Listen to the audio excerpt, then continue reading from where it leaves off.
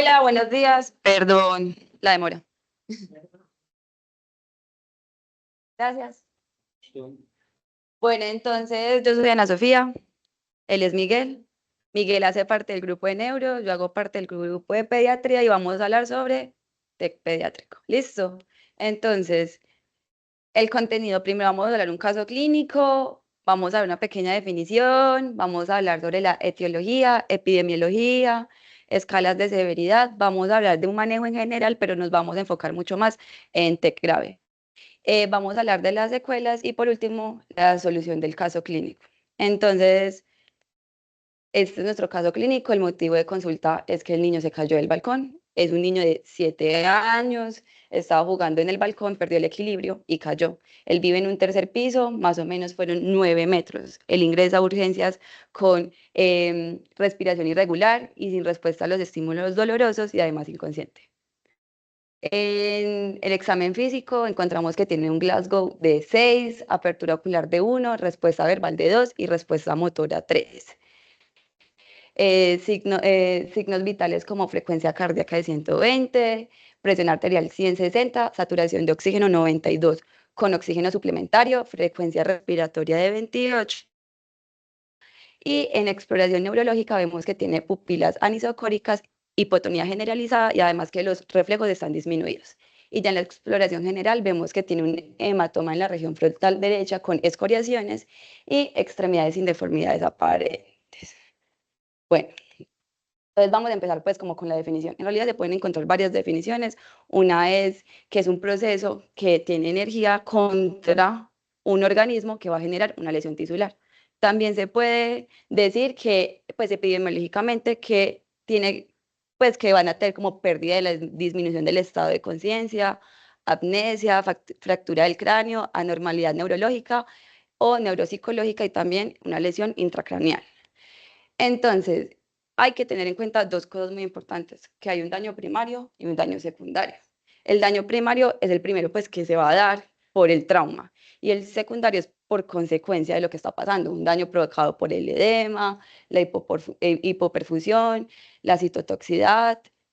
Y en etiología, pues yo encontré esta gráfica que es de un artículo, realmente es de Estados Unidos, que habla sobre los lugares que es más frecuente que se dé el TEC y las causas más frecuentes. Entonces, el más clarito son los que entran a UCI y el que es como un azul no tan fuerte son los que solamente entran a hospitalización, a observación. Entonces, en los lugares más frecuentes que se da el TEC es pues, en la calle, que normalmente todos entran a UCI. Después, la casa, que es mucho más frecuente que entren a observación. También está el colegio. Y aquí en Sports hablan sobre, ustedes saben que en Estados Unidos es frecuente que jueguen como fútbol americano. Entonces, ellos tienen como más frecuencia a contusiones y a traumas. De las causas más frecuentes, encontramos el accidente de tránsito, que es pues, la más frecuente, que casi todos entran a UCI, también caídas, que es un 50%, y ya las no intencionales, que son menos de un 20%, y ya violencia, que encontramos un 10%. Bueno, sobre epidemiología, bueno, ya es como más sobre Colombia, en realidad el trauma es un problema de salud pública en Colombia y en muchos más países, esto según el Instituto Nacional de Salud. También, ya que esto pues tiene como un gran impacto económico por la alta tasa de discapacidades pues que quedan y que también es la tercera causa de discapacidad es la tercera causa, perdón, de muerte en las personas menores de 45 años y es la primera causa de discapacidad en todo el mundo. Entonces, pues es algo bastante importante. Y para hablar sobre esto tenemos que tener en cuenta la edad y el contexto de cada, pues como de cada paciente. En los menores de 12 años suelen ser más frecuentes las caídas, ya en accidente de tránsito ya se extiende un poquito más la edad de 5 a 17 años y ya por último los deportes y actividades que tienen un 70%. Bueno, clasificación de severidad. Bueno, la que más se utiliza es Glasgow, en realidad es la que está válida, pues está estudiada para el TEC como primera valoración, pero también es una herramienta útil para tanto el seguimiento y el tratamiento, y también se pueden utilizar en otras enfermedades. La escala va a evaluar la apertura ocular, la respuesta verbal y la respuesta motora. La apertura ocular se evalúa hasta el 4, la respuesta verbal hasta el 5 y la respuesta motora hasta el 6. Tener en cuenta que hay una modificación en los menores de 2 años, ya que pues ellos no pueden hablar. Entonces en la respuesta verbal vemos que se ve como sonríe, llora continuamente, llora exagerado, hay gruñido, no responde. Entonces el TEC leve es de 12 a 14, el TEC moderado de 9 a 11 y el TEC grave menor a 9. Listo. Otra escala que quise pues traer es PRINCE, que lo que nos va a dar es como un paciente crítico pues que se encuentra en la unidad en UCI, cuánta pues probabilidad tiene de morir. Todos ellos se basan en variables fisiológicas como la presión arterial sistólica, también se utiliza la escala de Glasgow, potasio, calcio. El bajo riesgo es de menos de 20, moderado de 20 a 29 y alto riesgo es de 30, pues se puede utilizar.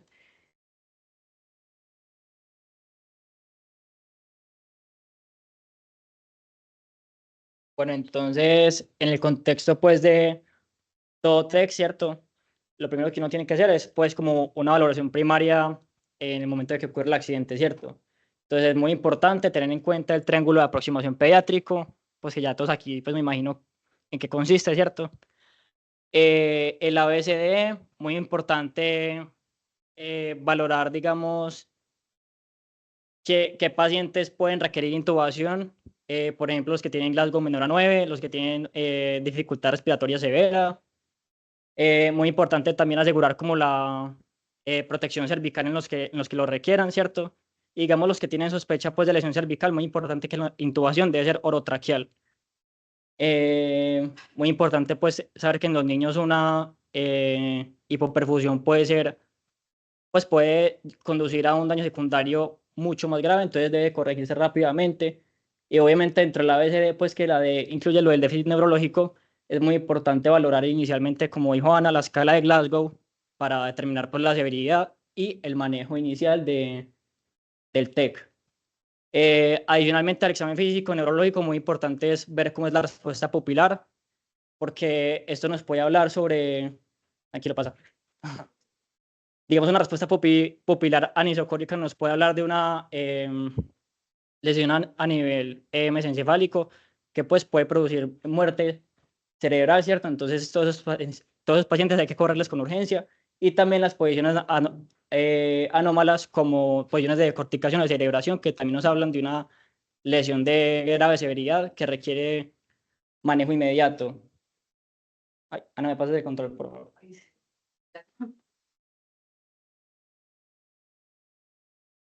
Bueno, digamos que en la valoración secundaria, o sea, lo importante de la valoración primaria es como que estabilizar inicialmente el paciente, ¿cierto? De la valoración secundaria es importante el examen físico, obviamente, aparte de los que están acá, que son como los enfocados en lo neurológico, muy importante es que en el contexto de un TEC siempre se debe descartar también un politrauma, ¿cierto? Lesiones en otros sistemas, extremidades, entonces buscar, digamos, deformidades óseas, hematomas en otras áreas del cuerpo, sangrados activos, porque todo esto puede compensar aún más el paciente y conllevar a la muerte. Ya en cuanto a lo neurológico, pues, o a lo encefálico, muy importante buscar los hematomas subcutáneos, el cefalohematoma y el subgalial, las fracturas craneales de alto riesgo, que son la deprimida, la abierta y aquella que cruza el territorio de la arteria meninge media, y los signos de fractura de base de cráneo, de los que no sean de neuro. ¿Ustedes saben cuáles son los signos de fractura de base de cráneo? Con ojos de mapache, uno. Barrel, otro. ¿Cuál más? Hemotímpano, otro. Digamos, cuando uno tiene un hemotímpano, uno cómo sabe, pues cuando sale solo sangre, uno cómo puede saber si está saliendo también líquido cefalorraquídeo. El signo de la diana, o el halo. Bueno, ¿y cuál más?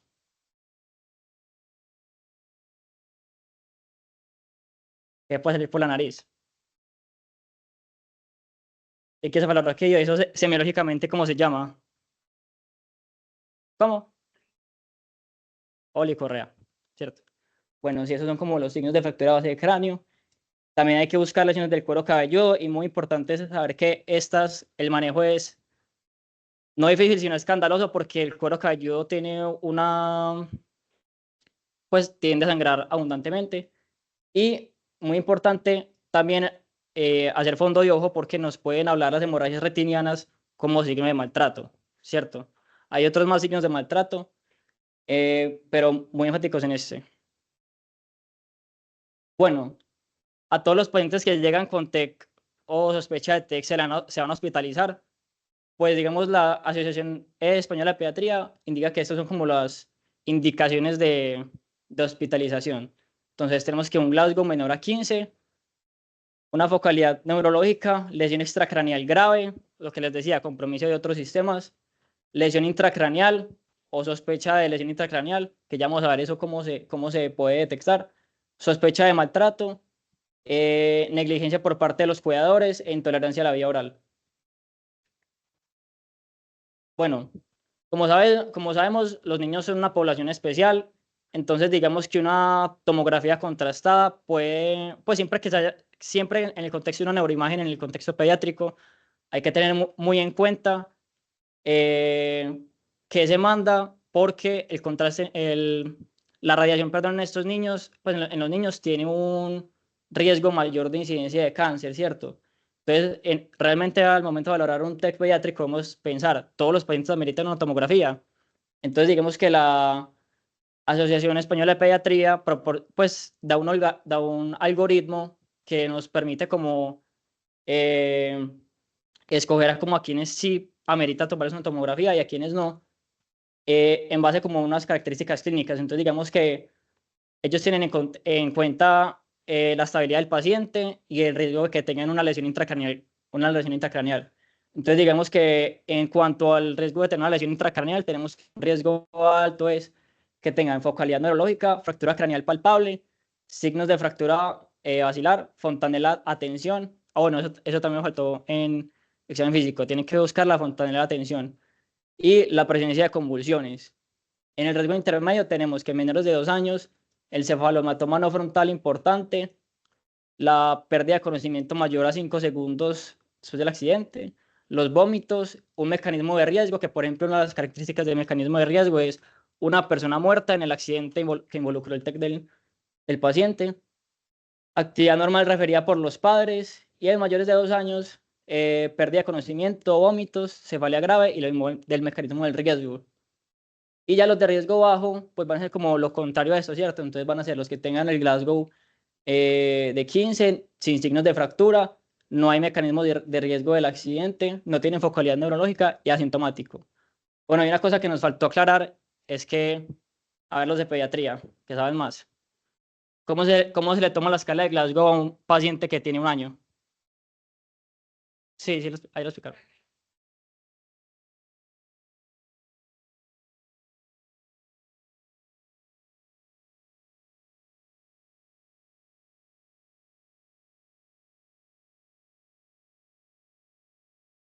Ujú.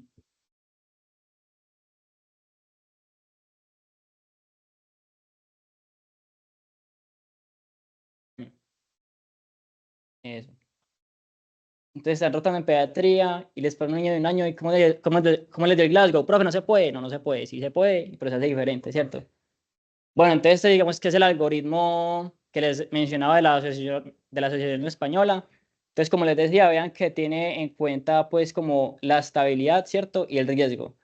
Digamos que los pacientes que están estables y tienen, digamos, un riesgo intermedio, ¿cierto? Hay otras como indicaciones de TAC. Obviamente, digamos, un paciente que la escala de Glasgow se deteriore, tenga signos o síntomas que estén empeorando. Digamos que como mal pronóstico también puede orientarnos hacia hacer la tomografía para evitar como una lesión grave. Y también vamos a tener la presión de la familia. Aquí ellos dicen que es como una indicación, pero eso hay que individualizarlo bien. Y ya los de riesgo bajo, si no cumplen con criterios de hospitalización, podemos mandarlos para la casa con algunas recomendaciones para que vuelvan. Entonces, ¿cuáles van a ser como las medidas generales en TEC grave? Todos los pacientes deben ir a la UCI, siempre y cuando pues esté la disponibilidad, ¿cierto? ¿Cómo van a ser algunos de los monitoreos? El tratamiento médico y cuándo debe intervenir la parte pues ya quirúrgica, ¿cierto? Entonces digamos que por parte del monitoreo, muy importante tener como los pacientes hemodinámicamente estables, entonces hay que constantemente medir la presión arterial, frecuencia cardíaca, al igual que la frecuencia respiratoria y saturación de oxígeno.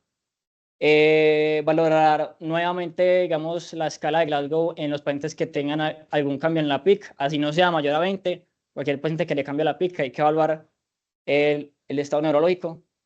Y digamos que las mediciones de PIC invasivos como el catéter intraventricular, que son una ayuda muy importante, porque no solamente nos permiten monitorizar la PIC, sino también evacuar líquidos cefalorraquídeos en casos de hipertensión endocranial, están indicados en los siguientes casos, que es el TEC grave más lesión intracraneal, un TEC grave con posturas anormales y un TEC grave sin posibilidad de seguimiento neurológico, porque por compromiso de otro sistema está bajo medicamentos que no puedan, pues que empañen pues como el examen neurológico. Muy importante saber que la presión de perfusión cerebral, por ejemplo, en los niños más chiquitos, o sea, la presión de perfusión cerebral es la diferencia entre la presión arterial media y la presión intracraneal, ¿cierto? La presión de perfusión cerebral, las metas son que esté por encima de 40 en los niños más pequeños y en los adolescentes por encima de 50 milímetros de mercurio. Bueno, entonces, ¿cuál va a ser el tratamiento médico? Como los de T grave van a tener todos un Glasgow menor a 9, como les dije, tienen que intubar, pues van a requerir intubación, preferiblemente orotraqueal para prevenir pues como las complicaciones de una lesión cervical. ¿Cuáles van a ser las metas de oxigenación? Idealmente que haya una presión arterial parcial de oxígeno de 90 a 100, nunca menor a 80, y una presión arterial de CO2 de 38 a 40. Muy importante que la hiperventilación no se puede hacer en las primeras 48 horas porque eso puede empeorar el pronóstico. En cuanto a los líquidos endovenosos, muy importante que hay que evitar las soluciones glucosadas en las primeras 48 horas porque puede empeorar la sintomatología neurológica, y los vasopresores solamente están indicados en los no respondedores a líquidos. También deben de evitarse soluciones hipotónicas porque pueden empeorar el edema cerebral y la lesión secundaria. Bueno, en los pacientes que tengan coagulopatía, las metas, pues se requiere pues la corrección con hemoderivados, ¿cierto? Para tener unas plaquetas por encima de 100.000 para evitar el sangrado, un INR menor a 1.2 y un TPT, un tiempo de protrombina menor a 35 segundos. La medida de la cabecera a 30 grados es una cosa que nos ayuda a disminuir la presión intracraneal, pero muy importante que los pacientes que tengan compromiso hemodinámico a veces los pueden empeorar. Entonces hay que verlo bien. La analgesia y sedación también es importante porque un paciente con dolor es un paciente que nos va a elevar la presión intracraneal. Entonces, en consideraciones de este punto, es muy importante saber que no se pueden poner ni bolos de midazolam ni de fentanil, porque eso puede producir hipotensión y empeorar la perfusión cerebral con isquemia. Y la profilaxis anticonvulsiva, digamos que eso es un punto como diferente al TEC de adultos, porque digamos el TEC de adultos está como muy controversial si se usa o no, y es muy importante que la profilaxis anticonvulsiva solamente se usa para prevenir las convulsiones tempranas postraumáticas. Esas son las que ocurren en los primeros 7 días del TEC, ¿cierto? En los niños, digamos que en el TEC grave siempre va a estar indicado. Se puede usar fenitoína con estados de 20 miligramos por kilogramos inicial y ya de mantenimiento 5 miligramos por kilo día, partida cada 12 horas. Hay quienes dicen que también se puede usar levetiracetam, pero este no ha demostrado ser superior a la fenitoína. Bueno, ¿qué pasa cuando ustedes les dicen que el monitoreo de la PIC está mayor a 20? ¿Nos asustamos? Bueno, Digamos que eso es un indicador de que pues algo sí está ocurriendo. Cuando actuamos, hay quienes dicen que hay que esperar a que esté 5 minutos sostenida, pero eso pues casi nunca se cumple porque usted no va a esperar a que 5 minutos a que se le empeore el paciente, ¿cierto? Hay unas medidas de primer nivel, si esas no sirven, hay unas medidas de segundo nivel y ya la última medida es una crenotomía descompresiva. Digamos que en las medidas de primer nivel está indicados los relajantes musculares, el drenaje de líquido cefalorraquídeo, que como les decía es una ventaja en cuanto a al monitoreo invasivo de la PIC por mediante de un catéter intraventricular. Digamos que se drena de 2 a 10 milímetros por catéter. Ah, bueno, y una cosa del catéter, que no se lo mencioné ahora, es que es una de las indicaciones de uso de antibiótico en estos pacientes como profilaxis ante una meningitis. Digamos que se puede usar cefalosporinas de primera generación para prevenir el epidermis y Banco también se puede usar para la prevención del aureus. Bueno, y digamos que en los niños pediátricos, en adultos está disponible tanto la solución insulina hipertónica como el manitol. Pero una cosa que yo me preguntaba al hacer la charla era como, ¿en niños qué será mejor? Y si está bien descrito que en niños el líquido que se prefiere es la solución insulina hipertónica. Esta es la dosis, pues obviamente si no hay, se puede usar o al 23%, que requiere una preparación especial, o ya manitol. Esta sería la dosis que se puede dar por bolo o en infusión continua.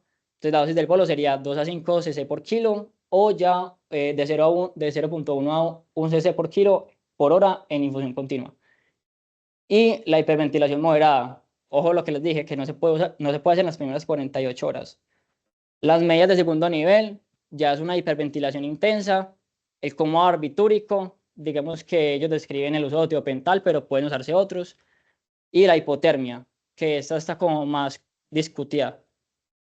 Eh, bueno, y el tratamiento quirúrgico se reservará para las siguientes situaciones, que es para evacuar lesiones que desplacen la línea media, las fracturas deprimidas, el trauma penetrante y lesiones con efecto más en fosa posterior.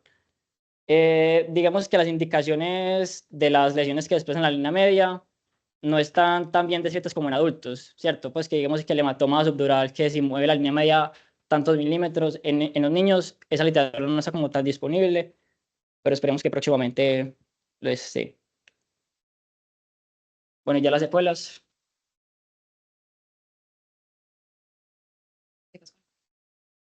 Bueno, entonces en las secuelas, em, en el TEC se pueden producir déficits neurológicos transitorios. Entonces dicen que no es prudente decirle al paciente que va a quedar ya con una discapacidad, sino que se deben esperar, pues se tiene que revalorar al año para ya poder decir que va a ser permanente. Una de las secuelas es el estado vegetativo postraumático, que se pierde como todas las funciones de la corteza. También están las cicatrices, las afectaciones motoras que pueden ser tanto parecias o hemiparesias, afectaciones sensoriales que hablan como en los daños de los pares craneales, también daños en las órbitas donde se puede ver afectado la visión y también el daño del temporal que pues, nos puede generar vértigos, hipoacusias, también epilepsia. La epilepsia decía que puede ser tanto precoz como tardía. Según la bibliografía, se puede esperar hasta 3 años para que un paciente pueda debutar con epilepsia después del trauma. Las lesiones neuropsicológicas, pacientes quedan, algunos quedan irritables, con depresión. Y por último, el síndrome postconmocional, que es un paciente que puede tener vértigo, hipoacusia y además también está relacionado con depresión, irritabilidad. Y además en las neuropsicológicas, los pacientes pueden tener problemas como en la atención, en la concentración. Entonces, para que todo se tiene que evaluar. Listo. Y ya por último, vamos a hablar del caso. Yo también quiero hablar como una cosa en las secuelas, y es que digamos que una de las indicaciones de hacer resonancia en el contexto de un TEC es, por ejemplo, para valorar que no haya quedado como una lesión axonal difusa, que es como una de las, pues, una de las lesiones seculares que puede quedar, ¿cierto? Es bueno. Entonces, bueno, entonces volvámonos al caso.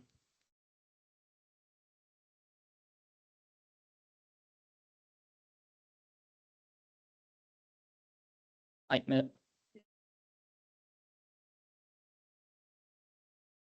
Bueno, entonces, a ver, la idea es que participen, ¿cierto? Si nadie se anima, toca a dedo.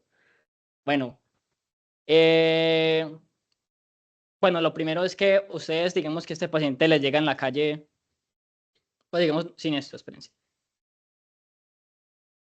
Ustedes encuentran este paciente, ustedes son, digamos, que el vecino. ¿Qué es lo primero que tienen que hacer?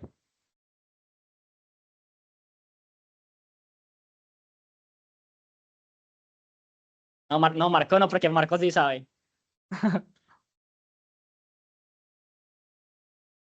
Bueno, a ver, Mitch. Espera, espera.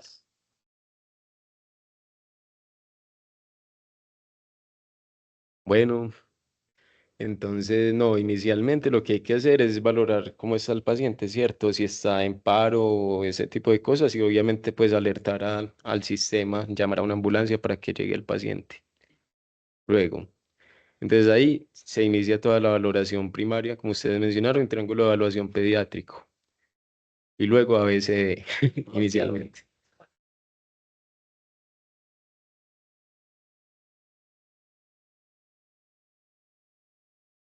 Digamos que en este paciente, ¿cómo estaría el triángulo de aproximación pediátrico? Mm, pero no es en la primera parte, no en la primera parte, sino que como es solamente inspección, espera, yo miro.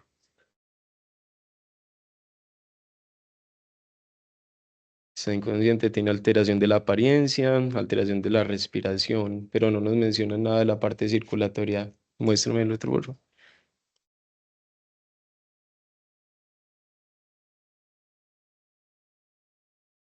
Pues con eso yo diría potencialmente inestable. Bueno, entonces, por ejemplo, eh, tengo la misma. Bueno,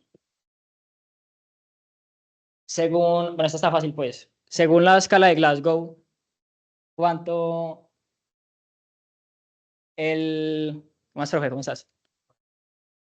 Digamos, según la escala de Glasgow, este TEC corresponde a un TEC leve, moderado o severo. Esa sí después la fácil, pues.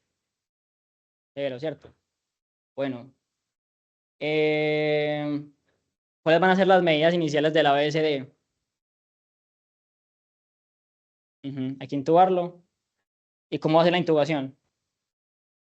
Ujú. ¿Y tú qué dijiste? Estabilización cervical. Ah, muy importante, ¿cierto? Eh, bueno, digamos que la parte vascular pues no está como hemodinámicamente inestable, ¿cierto? Tiene 7 años, pero pues también hay que tenerlo en cuenta. Y ya verán, pues lo neurológico, ¿cómo están las respuestas de las pupilas? ¿Será que ese paciente es grave o no? Grave, ¿cierto? ¿Dónde creen que pueda estar el daño? A ver, Es de neuro. sí, Manuela, están las pupilas anisocóricas.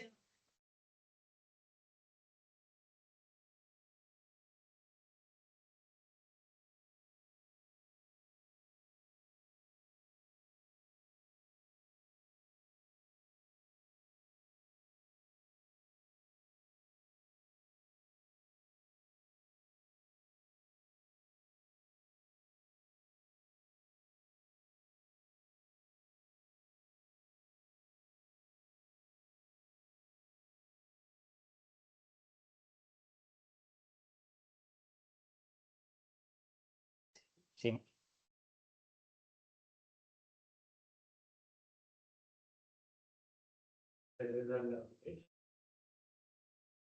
Ujú. Acuérdense que, profe, si quieres te paso el... Ok, te escucho. Es que nos queda poquito tiempo Sí. y quería hacer como varias anotaciones. Muy bien la charla. Em, pues varias cosas que aclarar como para concretar mucho el tema. Entonces, primero, TEC leve, no todos los pacientes se les pide tomografía. ¿Listo? Primer primer concepto claro. Segundo concepto, siempre es más importante, aunque nosotros entramos en la parte neurológica, hacer la evaluación general del paciente, porque eso está diseñado en el orden de gravedad de las lesiones. Siempre va a ser más importante la vía aérea que el estado neurológico. No la vía aérea porque la tengamos que proteger por el Glasgow, no, sino la vía aérea porque el paciente tenga un neumotórax, porque tenga una lesión en el cuello, ¿cierto? Expansiva, una lesión sofocante, que no es tan frecuente, pero que usted en el contexto del politrauma lo tiene que tener claro. ¿Listo?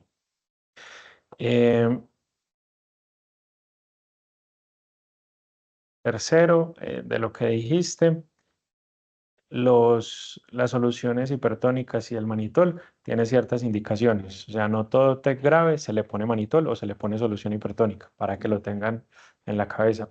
Las indicaciones son anisocoria, ¿cierto? O paciente con posiciones anómalas, rigidez de descerebración o de corticación, que son o signos de herniación cerebral, o sea, que el paciente esté bradicárdico e hipertenso. ¿Listo? Bradicardia, hipertensión y respiración irregular son indicaciones de soluciones osmóticas que en los niños está indicado, como lo dijo Miguel, la solución salina hipertónica. ¿Quién ha visto cómo se pone la solución hipertónica? Ay, bueno, chévere esto porque no va pasando, pues si uno cuando está aquí se imagina cosas, pero no ha tenido la vivencia de qué es. Entonces, la solución salina hipertónica viene ya preparada al 3%, ¿cierto?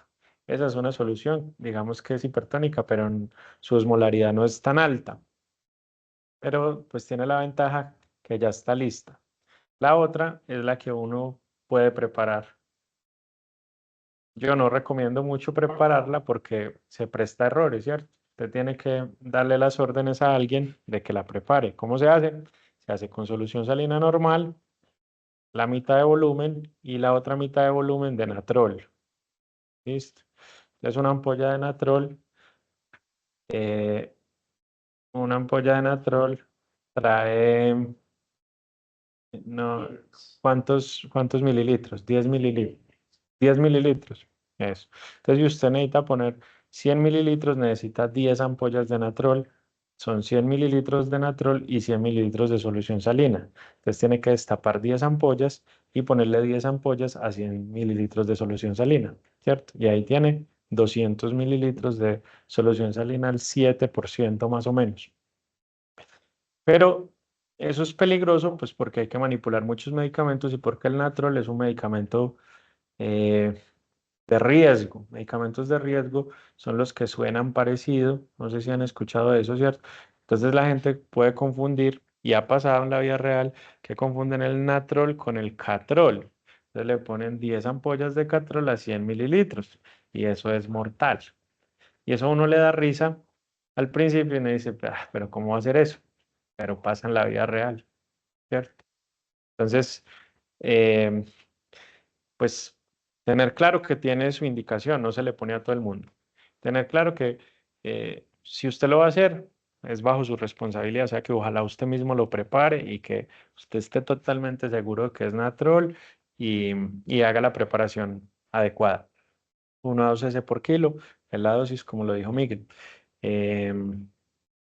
Había varias cosas ahí de lo que dijiste. Sí, pero esa es la última parte. Primero, a mí me gustaría que ustedes estén muy afianzados en cuál es el manejo del paciente en el nivel primario. Nos emociona un poquito las indicaciones quirúrgicas, pero hay que perder un poco el foco de que no es que es para operar o no es para operar, porque el objetivo del médico cuando atiende al paciente, todos los de pediatría, los que quieren ser pediatras, pues es evitar la lesión secundaria, como dijo Miguel. Y la lesión secundaria se evita normalizando todos los parámetros fisiológicos, ¿cierto? O sea, evitando la hipoxia, evitando la hipotensión, evitando la hipotermia inicialmente, aunque mencionaste pues que como una medida extrema, pero más en estudios clínicos se usa la hipotermia para controlar la hipertensión intracraneana, pero no se usa la hipotermia en el servicio de urgencias, ¿listo? Esa hipotermia de la que hablan ahí es una hipotermia supremamente vigilada con muchos parámetros fisiológicos en una unidad de cuidado intensivo muy especializada en neuro. Ni siquiera la usamos en unidades de cuidado intensivo generales. Entonces, no se lleven el mensaje de que no, es que el niño está hipotérmico, bien, porque eso le sirve para la hipertensión intracraneana. No. Acuérdense que la hipotermia en los niños em, es un factor muy deleterio incluso para la coagulación, ¿cierto? Entonces, si usted está hipotérmico, tiene un sangrado, es menos probable que pueda controlar su sangrado. Entonces, no dejen los niños hipotérmicos. La acidosis, el dolor, ¿cierto? También genera lesión secundaria. Hay otras cosas adicionales a las que dijiste, es la gastroprotección, ¿cierto? Entonces, se libera unas dosis gigantes de adrenalina por el trauma y eso produce úlceras en el estómago, úlceras gástricas y hay que prevenirlas. Ah, bueno, y les iba a preguntar qué piensan de la profilaxis para tromboembolismo. ¿Se las ponemos o no se las ponemos?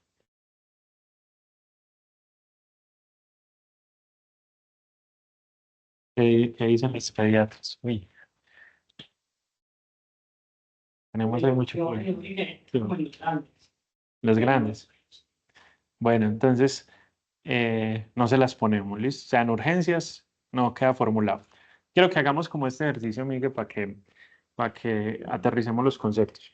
Entonces, usted le llega a este paciente.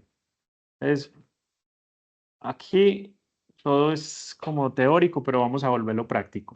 ¿Cuáles son las órdenes médicas que usted va a hacer? Le llega al paciente, usted está en urgencias, ¿usted es de dónde? De Medellín, digo. Eso, digamos el pueblo más remoto que usted conozca. Río Negro, no, no, no. Riohacha, eso está muy grande, ¿no? Un pueblo más. Ya nos fuimos a Finlandia, Quindío. Bueno, hágalo. Entonces está en Finlandia, que está muy cerquita de Armenia, pero vale. Entonces, usted le llega con el paciente, usted tiene que hacer las órdenes, ¿usted qué le pone?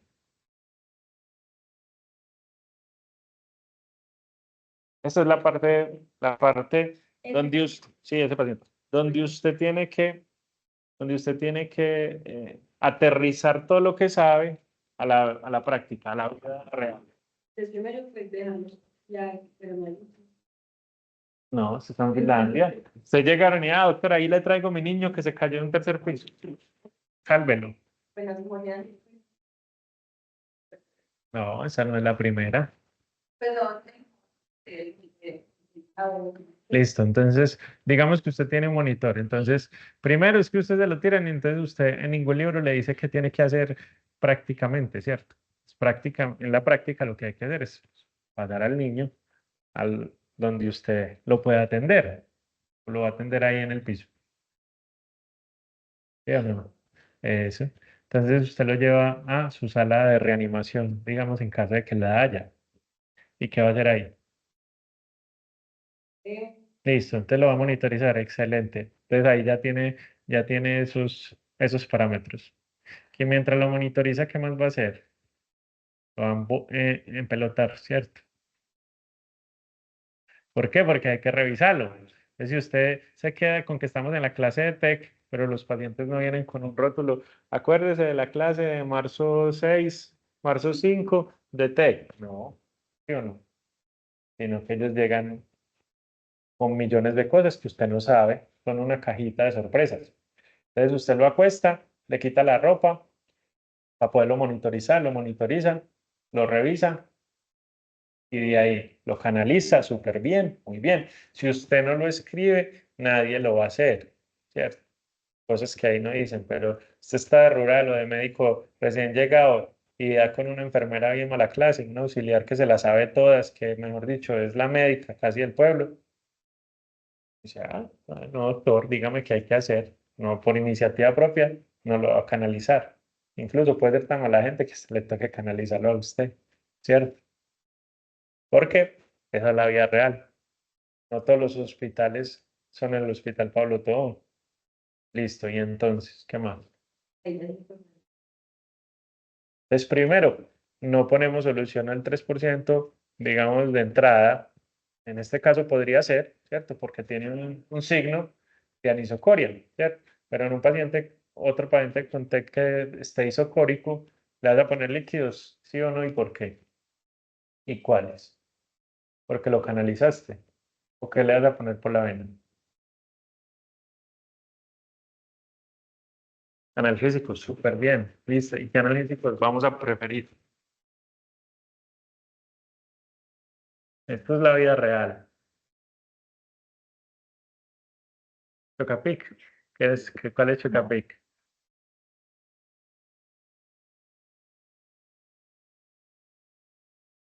Le ponemos diclofenaco, tenemos, pues las opciones son limitadas, digámoslas, ¿cierto? Entonces, ¿qué le ponemos? Ponemos morfina, tramadol, diclofenaco, dipirona, acetaminofén. ¿Qué quiere ponerle? Opioides. Bueno, pues,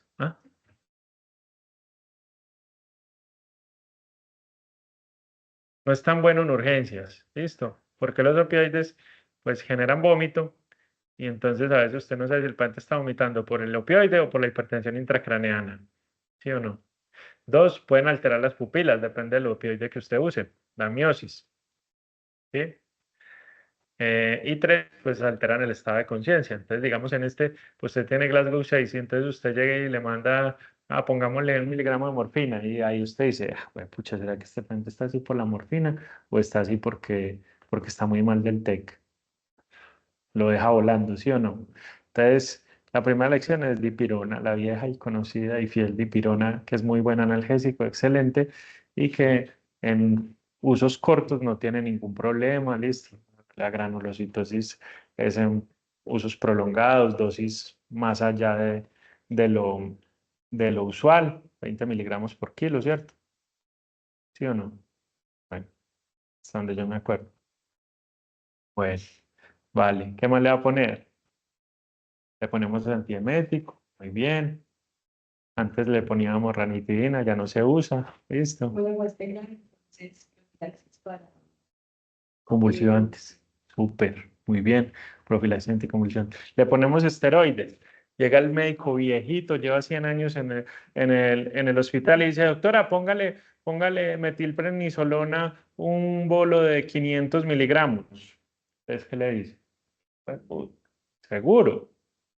Doctora, pero ¿cómo así? Más viejito que ustedes.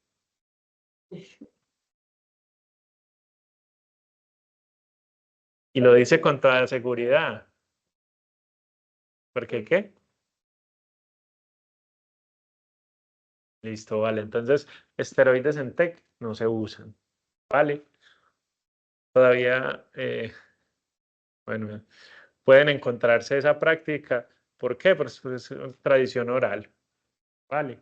Ya nos tenemos que ir.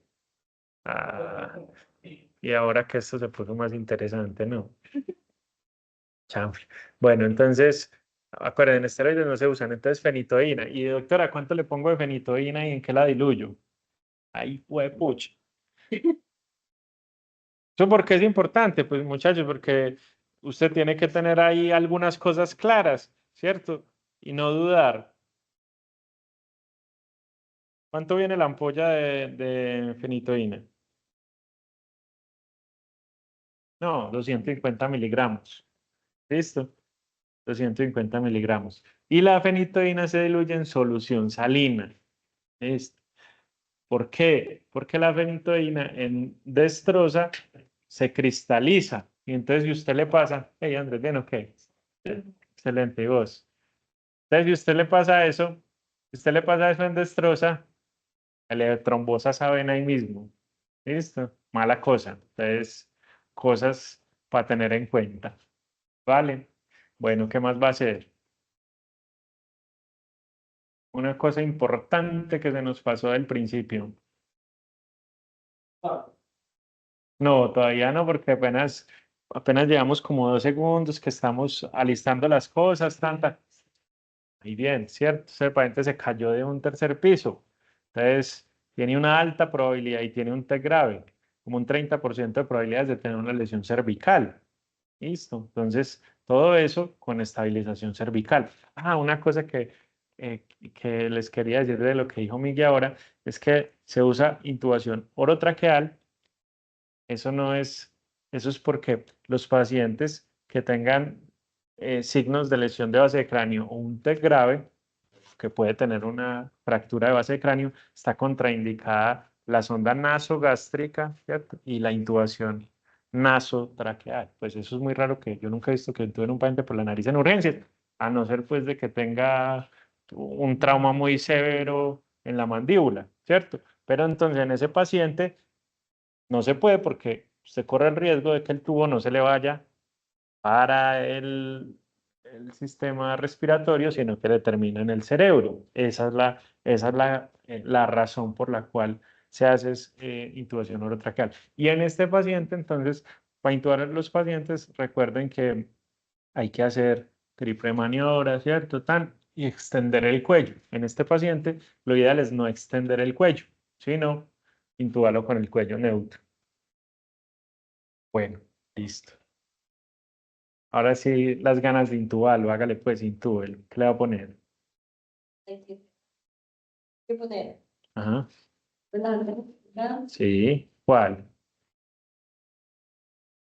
Tiene dos. Despolarizante y no despolarizante. ¿Cuál va a usar? Bueno, se puede cualquiera de los dos. Antes se decía que en trauma craneoencefálico la succinilcolina aumentaba la presión intracraneana, pero eso ya quedó demostrado que no, que es seguro usarlo. ¿Listo? De succinilcolina, usted lo puede usar sin problema. ¿Vale? ¿Qué más puede usar?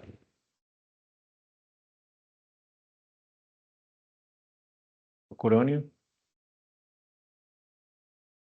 Eso. Hay otro. ¿Cuál es el que baja la presión?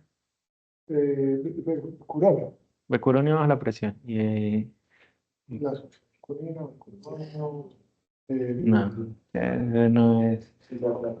No, había otro que usaban antes del trauma. Ya no lo usan, seguramente. Ya estoy yo muy viejillo. ¿Oíste? Bueno, entonces, ¿va a usar relajante? ¿Qué más? ¿Sedación qué? ¿Cuál? Claro, sí. Inductor, ¿cierto? Una benzodiazepina, que la elección es midazolam, el relajante muscular y esto que causamos el Becuronio. el curón. Pero pues el que tengan en el hospital. Es obligación, muchachos, de ustedes. Entonces, obligación de ustedes cuando lleguen a un hospital. Es que aquí es muy fácil porque todo está, pero eso no es así en la vida real. Usted llega y a veces ni siquiera hay relajante. Hay hospitales donde no. A mí me tocó un hospital donde no había relajante, ¿cierto? Donde el único opioide que había era morfina. No había fentanil, no había hidromorfonas, no había nada de eso. Donde el único benzodiazepina que había era diazepam. Entonces, usted tiene que estar, es su obligación estar pendiente de qué cosas hay y también de decir, no, pues aquí nos faltan cosas para trabajar, ¿cierto? Porque vemos que ya la ley ha progresado bastante en eso y hay muchos estándares de qué tiene que tener un carro de paro, ¿cierto? Pero si usted está familiarizado, lo coge la urgencia con los calzones abajo, ahí fue pucha. ¿Y esto cómo es que se usa? Listo. Eso no lo dice en ningún libro. Esa es la vida real. Listo. Entonces, si un opioide, lidocaína, pues sí, no es como tan contundente la evidencia. Los niños no la usan, dicen que disminuye el reflejo de oxígeno cuando hacen la laringoscopia, pero pues en realidad si el paciente está bien relajado y tiene una sedación adecuada, Eso no tiene por qué pasar. Si uno ve que tiene la bradicardia del paciente, de pronto sí lo usamos. Ok, vale. Después, Bueno. entonces se activa el reflejo vagal y les va a bradicar. Entonces, cuando vemos que el paciente está como teniendo la bradicardia, pues sí, lo ponemos. Pero es muy rápido. Bueno, esa es buena. La otra, el tiempo. No se apresure, ¿cierto? Uno cuando intuba a un paciente, primero, uno pone eso y de una vez quiere, venga, calma. Cada medicamento tiene su tiempo de acción. Si el paciente no está bien relajado, usted no va a ser capaz de intubar. Listo. La clave para intubar a un paciente es que esté bien relajado. Si el paciente está haciendo fuerza, no, póngale más medicamento o espere un poco más de tiempo, ¿vale? Porque pues, es contraproducente, ¿cierto? Primero, usted va a fallar en la intubación, que eso aumenta los riesgos de todo. Y segundo, pues es un paciente con TEC y cada vez que puje, le va a aumentar más la presión intracraneana. Entonces, esas son, digamos, como mis recomendaciones. ¿Qué más va a hacer? Póngase, hágale pues. Listo, me parece que bien, está indicado en este paciente. Sí, saliendo al 3%, está bien. Si es la que hay. Eviten preparar eso, que eso se vuelve de pronto un lío. Oye, la gente está bien, otros que no, hacerle la simulación. Ah, sí, entonces ahí qué. Vamos en orden. ¿Usted ya qué más va a hacer? A mí ese paciente, por ejemplo, que sature 92 y necesite oxígeno suplementario y tenga la respiratoria está bien o está alta. 28. ¿Cuántos años que tiene? Andrés 7 y tiene 28 de respiratoria. 7 años, 28. Tiene el límite, pero, o sea, más de 30. Y satura 92 con oxígeno suplementario. Maluco, sí. Está maluco, ¿no? Sí. O sea, ahí hay que ver que se cayó de un tercer piso. Pues con esos variables yo digo, uy, pues pucha, debe tener alguna cosa en el pulmón, una contusión pulmonar o un neumo, bueno, un examen clínico juicioso pulmonar, a ver que no tenga un neumo, ¿cierto?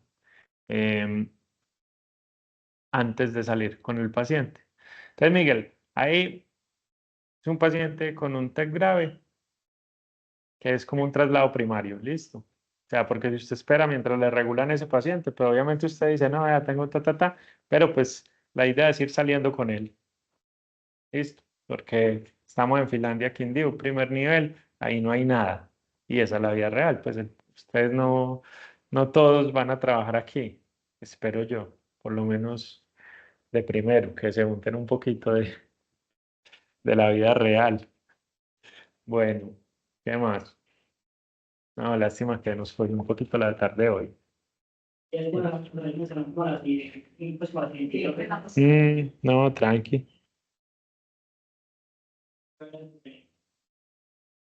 Ah, bueno, No.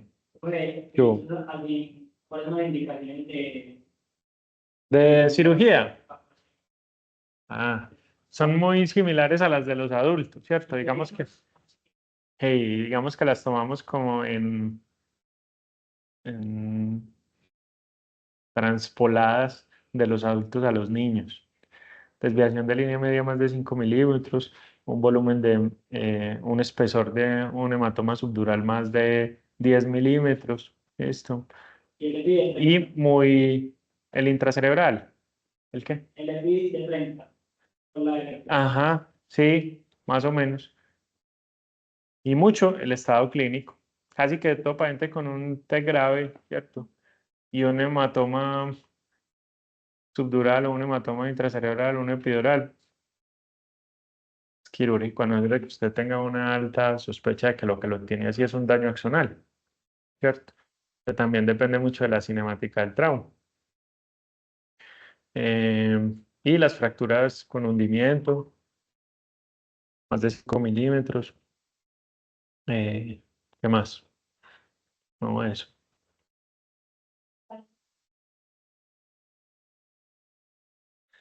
Depende si es uno, dos o tres, pero es mucho mejor que en los adultos. Sí, los niños tienen una capacidad de recuperación impresionante, entonces todos mejoran.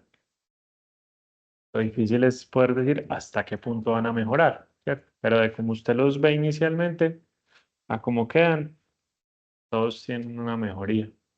Unos muchísimo, otros no tanto. Eso sí es, no hay que...